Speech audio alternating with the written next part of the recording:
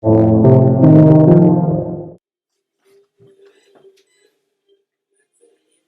smirking and I'm laughing because this just came after the education episode that we just watched, right? So by now you know I'm Inquisitor Q, and this is Black Anglo. But I wonder, how did you come to the name Black Anglo? Because in that video you said, I'm not black, nigga, I'm Anglo. I did say that. I'm not black. And I don't believe in race, but I'm Black Anglo. It's a big ass contradiction. It is. But culturally, it goes into how I process and interpret and view things. Like, for instance, the black side of me, I feel, is that rawness, that piece that had to come up through surviving and teaching me how to deal with and approach like the resiliency and things of that nature.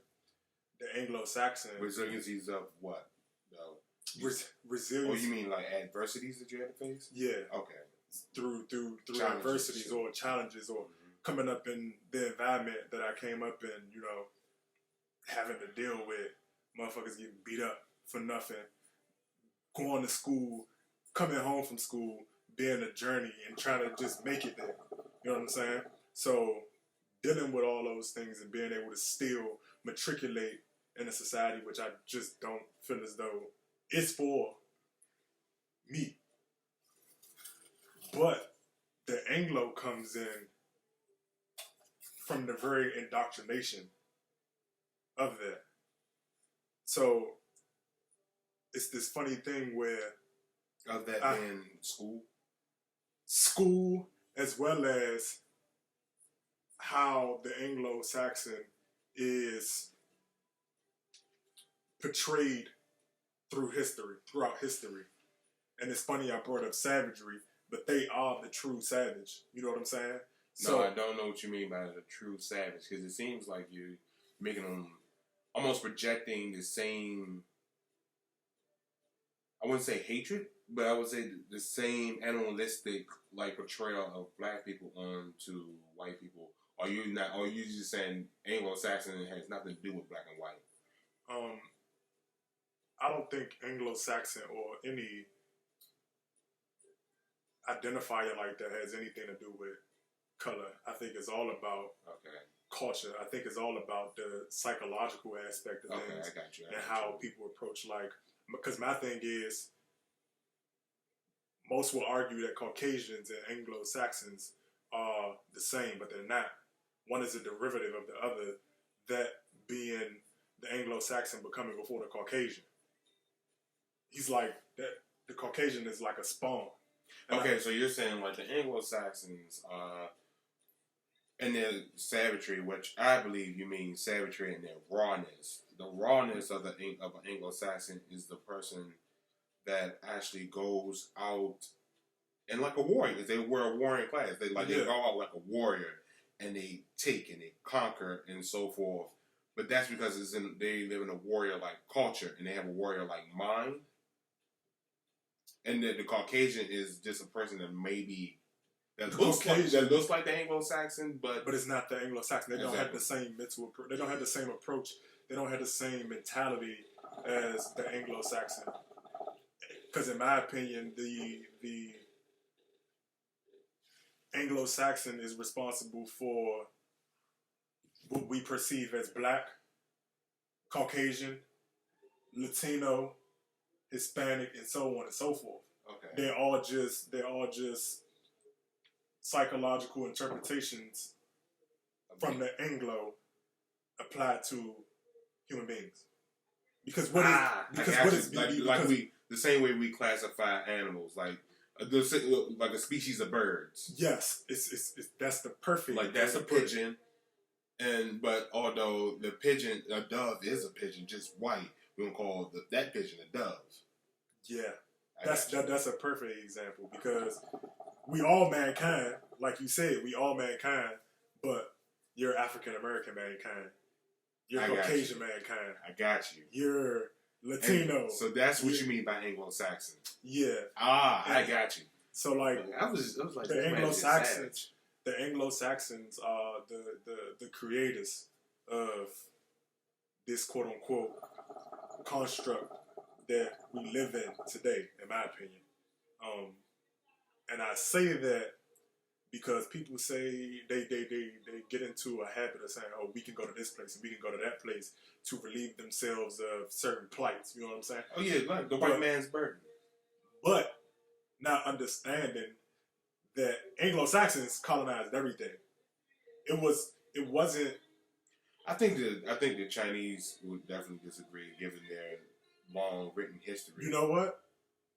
The Chinese would disagree because the Chinese are the only people who still have their lineage and who have fought their way to not succumb to the rule. Because I got what you're saying. I was like, maybe we should table that because that's a whole discussion on its own. When you talk about how the Chinese refuted, that means that they made sure that their history remained within the culture. And even when it comes to assimilating, well, the idea of assimilating, they're like, yeah, we assimilate when you talk about certain technologies and so forth. But when it comes down to our heritage, we'll never assimilate our heritage into being Anglo-Saxon. Never. You don't see it. They still have their. I would say the Japanese. I would say older cultures have that. I would say. What I would say is that I feel, and like I said in the last one about language, that black people don't have their own identity. And what I meant by that is that black doesn't have an identity without white because you speak English. Africans didn't speak English. Which goes back into the Black Anglo. Yeah. Because I'm an English speaking man. Quite unfortunate that I don't speak any other language. I know their stories. Well, I know more than their stories, but their story is the most prominent, and their story is the one that sticks. The aesthetic and everything else. Oh, exactly. I got you. So I got you. So you got the Black Anglo. So why in the hell did you convince me to stop doing this shit? Because I'm kind of although most people don't think this, I'm kind of a shy guy. But now I'm kind of addicted to doing this shit. Like, what is the significance of these videos? Why the hell do they matter to us? Well, I can't speak for you and why they matter to you because everybody has their own interpretation. Exactly, and everybody does things for different reasons. We can all be working on the same project, but we can be doing that same project for different reasons. So, but for me, the videos or what I call series is more about teaching people how to have nice wing tips. Thank you.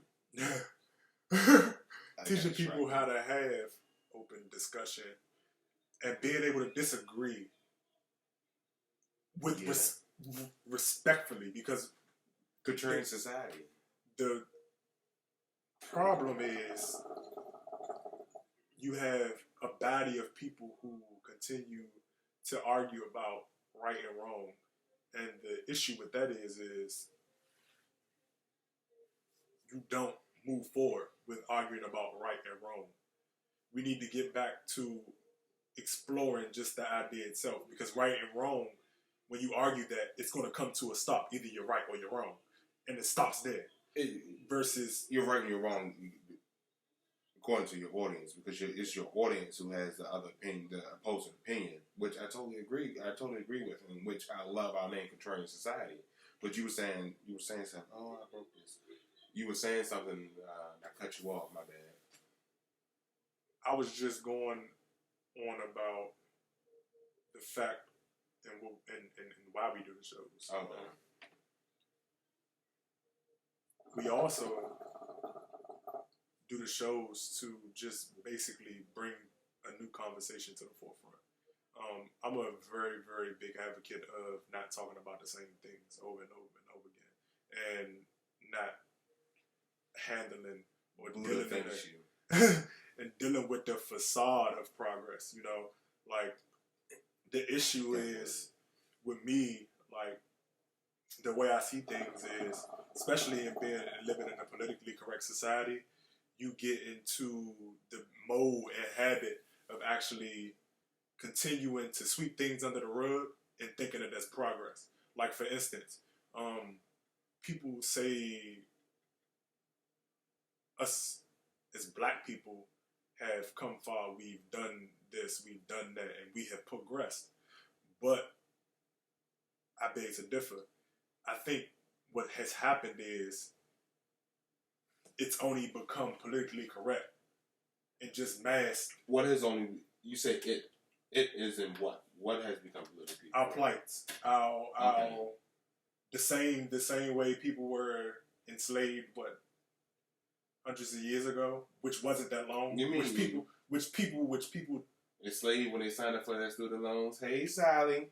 That too, but people have a bad habit of making that history seem like it was that long ago. Because it's not really even history when you think about it. It's more contemporary. It's more now when you really talk about history. It was only 100-something years ago. And then you got, what, 40, 50-something years ago, we were still suffering the same things and having the same conversations about being struck down and things like that. And it just goes back into... So you're saying that the only thing that has progressed is that the way the oppression is expressed. Yes. Instead of it being physical, is a physical violence and a physical enslavement with actual chains, not change. That the progression that some black persons use to say that we have gone from slave to having our own identity and so forth, it's actually just a mutation of oppression. Instead of it being physical and spiritual oppression, it's psychological. Directly, it's psychological and it's economical. Yeah, and is economical a word? I don't give a fuck. Okay, economic. If it ain't, I don't make it.